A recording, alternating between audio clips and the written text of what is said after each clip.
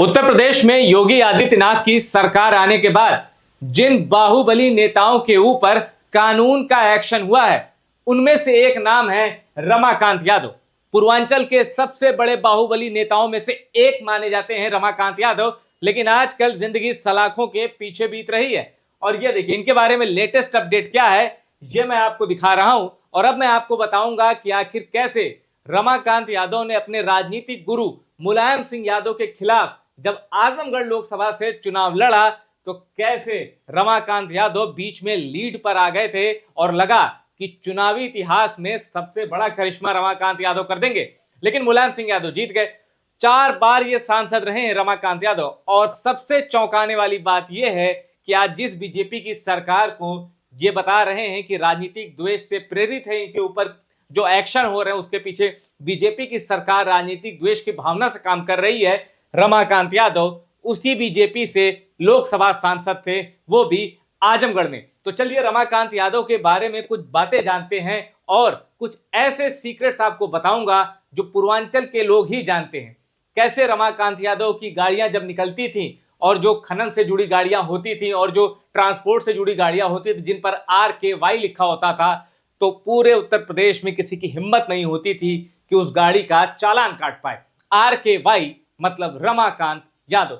अब रमाकांत यादव के बारे में लेटेस्ट खबर ये आई है कि एक जहरीली शराब कांड जिसके चलते इनको सजा भी हुई। अब उसमें हुआ क्या है, रमाकांत यादव कह रहे हैं कि एक ही अपराध के लिए उन पर 3-3 FIR है और 3-3 चार्जशीट है। ये रमाकांत यादव का आरोप है, जिसके बाद कोर्ट ने राज्य सरकार से 4 सप्ताह में जवाब मांगा है और अगली सुनवाई है 16 जुलाई को। तो चलिए अब रमाकांत यादव कौन है, ये बेहतर मैं आपको बताता हूं, समझाता हूं कि आखिर कैसे आजमगढ़ का एक बाहुबली नेता अचानक योगी सरकार के रडार पर आता है। और उसके बाद, और ये सिटिंग MLA हैं, फूलपुर पवई एक असेंबली सीट है आजमगढ़ की, वहां से समाजवादी पार्टी के टिकट पर ये सिटिंग MLA हैं। तो उसके बाद लेकिन अब इनका और सामना जो है ना, वो योगी सरकार से हो रहा है और जिसका खामियाजा इन्हें भुगतना पड़ा और इनके खिलाफ अपराधों की लिस्ट भी है। तो चलिए देखते हैं रमाकांत यादव से जुड़ी कौन सी वो कहानियां हैं, कौन से वो किस्से हैं जो इस बाहुबली को सियासत में हमेशा ट्रेंडिंग बनाती हैं। तो सबसे पहले मैं आपको रमाकांत यादव के बारे में एक बेसिक सी, कहते हैं ना कुछ कुछ इंट्रो होता है जिसको अगर जान ले तो सब कुछ क्लियर हो जाता है। तो रमाकांत यादव के बारे में मैं आपको एक इंट्रो देता हूं। ये देखिए, ये 2014 का लोकसभा चुनाव है जब नरेंद्र मोदी बीजेपी और NDA के PM कैंडिडेट थे। तो उस चुनाव में क्या होता है, समाजवादी पार्टी की ओर से मुलायम सिंह यादव लड़ते हैं आजमगढ़ से, मुलायम सिंह यादव। और उसके पीछे समाजवादी पार्टी कोशिश ये थी कि नरेंद्र मोदी वाराणसी से चुनाव लड़ रहे थे, तो हिंदू पोलराइजेशन को रोकने के लिए और उसके एवज में जो मुस्लिम पोलराइजेशन है उसकी वजह से, या राजनीति की भाषा में कहिए तो सो कॉल्ड सेकुलर वोटों की खातिर मुलायम सिंह यादव ने आजमगढ़ से चुनावी ताल ठोकी ताकि पोलराइजेशन हो सके। अब मुलायम सिंह यादव को कितने वोट मिलते हैं आजमगढ़ से? आजमगढ़ जहां की यादव और मुस्लिम पॉपुलेशन बहुत ज्यादा है, मतलब अगर यादव मुस्लिम ने किसी को वोट दे दिया तो आजमगढ़ में वही जीतेगा। तो मुलायम सिंह यादव को मिलते हैं 3,40,000 वोट, यानी कुल पड़े वोटों का 35%। और नंबर 2 पे कौन है, देखिए रमाकांत यादव 2,77,000 वोट, यानी कितने का अंतर है, सिर्फ 63,000। 63,000 मैं इसलिए कह रहा हूं क्योंकि लोकसभा के चुनाव में यह अंतर कोई बहुत ज्यादा नहीं होता, और वो भी तब जब सामने यूपी की सियासत का सबसे बड़ा राजनीतिक खिलाड़ी लड़ रहा हो, मुलायम सिंह यादव। रमाकांत यादव बीजेपी के टिकट पर लड़ रहे थे और बहुत तगड़ी फाइट दी थी। और ये देखिए, BSP के शाह आलम उर्फ गुड्डू जमाली 2,66,000 वोट, यानी यही अगर 66,000 रमाकांत यादव को मिल जाते तो मुलायम सिंह यादव लोकसभा का चुनाव संभवतः हार सकते थे। लेकिन ऐसा नहीं हुआ, मुलायम सिंह यादव ने अपनी राजनीतिक साख भी बरकरार रखी और आजमगढ़ की सीट भी। ये रहा 2014 का, मैंने आपको बताया। ये इंट्रो बताने के लिए काफी है कि रमाकांत यादव आजमगढ़ में क्या चीज है जो अपने राजनीतिक गुरु मुलायम सिंह यादव के खिलाफ चुनाव लड़ते हैं और बड़ी कड़ी टक्कर देते हैं। अब देखिए रमाकांत, ये मैंने आपको खबर बता दी, रमाकांत यादव के एक अपराध में 3 FIR। इलाहाबाद हाईकोर्ट ने बाहुबली विधायक की याचिका पर राज्य सरकार से जवाब मांगा है। अब देखिए, सपा विधायक रमाकांत समेत 4 को 3-3 माह की सजा। 19 साल पुराने मामले में कोर्ट ने सुनाया फैसला। ये 14 मई 2025 की रिपोर्ट है।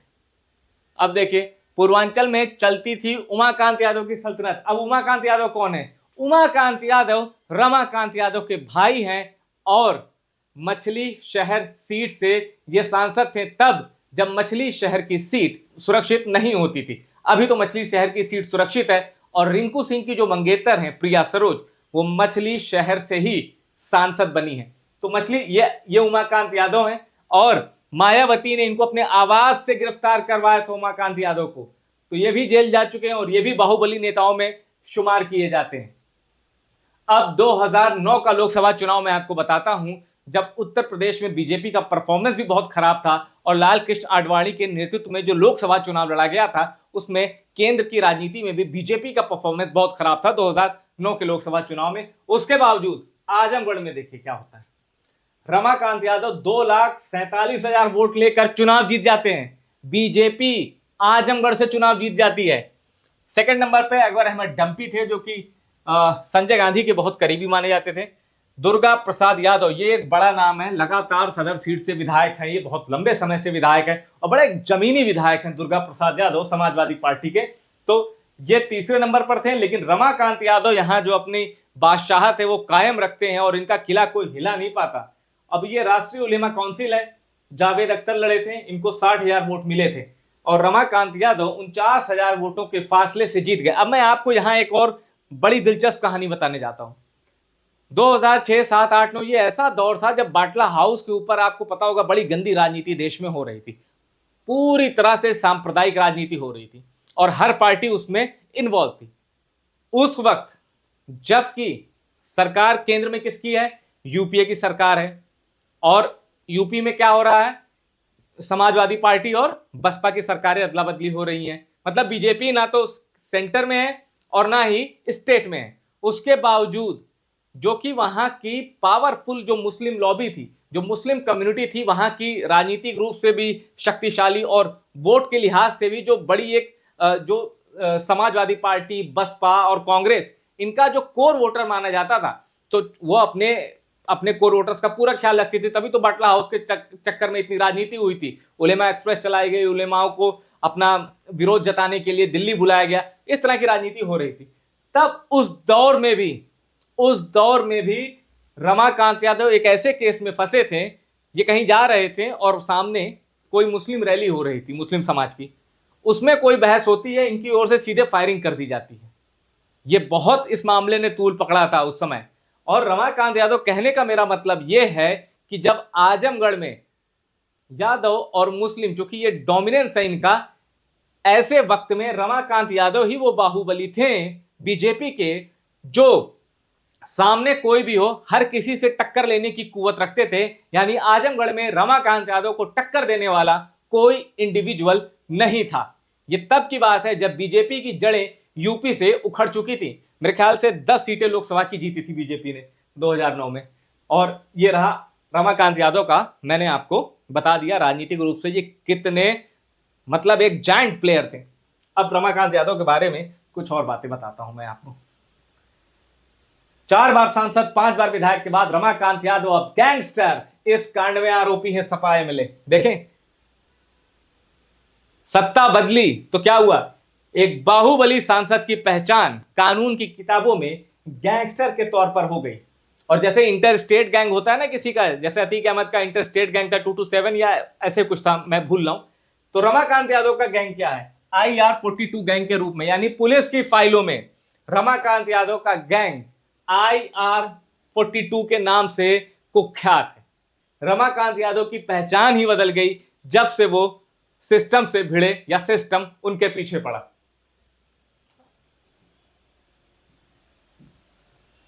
बाहुबली विधायक रमाकांत यादव गैंगस्टर कोर्ट में हुए पेश, कहा जेल में खाना भी ठीक से नहीं मिलता। सपा विधायक रमाकांत यादव के खिलाफ जहरीली शराब पीने से हुई मौत के मामले में मुकदमा दर्ज है। इतना मतलब इतने बाहुबली जिनको पूरे उत्तर प्रदेश की सियासत जानती है, वो कह रहे हैं कि यार जेल में खाना नहीं मिलता। मतलब वक्त कैसे बदलता है और सिस्टम से टकराने का जो अंजाम होता है वो आप देखिए। आजमगढ़ के बाहुबली रमाकांत की 30 साल की सल्तनत RKY लिखी गाड़ियां प्रदेश की सड़कों पर बेखौफ भरती थी फर्राटा, नहीं कटता था चालान। RKY मतलब रमाकांत, RKY रमाकांत यादव। अब एक और बड़ी दिलचस्प बात मैं आपको बताता हूं।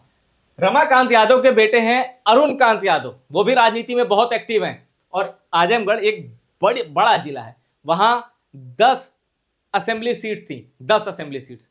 और पिछली बार क्या होता है, 2017 की बात मैं आपको बताऊं, एक सीट बीजेपी जीती थी, वो सीट थी फूलपुर पवई, और वहां से रमाकांत यादव के बेटे अरुण कांत चुनाव जीते थे बीजेपी के टिकट पर। अब यहां देखिए क्या होता है, मार्च 2025 में क्या होता है। यूपी में आजमगढ़ की फूलपुर कोतवाली पुलिस ने बीजेपी के पूर्व विधायक अरुण कांत यादव समेत 5 लोगों के खिलाफ मुकदमा दर्ज किया। जेल में बंद बाहुबली सपा विधायक रमाकांत यादव के बेटे अरुण कांत समेत 5 लोगों पर इब्राहिमपुर गांव में बन रहे आवासीय पट्टे के मकान पर जेसीबी से गिरवाने का आरोप है।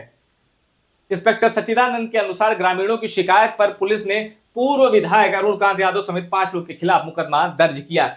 यानी रमाकांत यादव और उनके बेटे, यानी सिस्टम के टारगेट पर रमाकांत यादव का पूरा राजनीतिक परिवार है जो पॉलिटिक्स में एक्टिव है।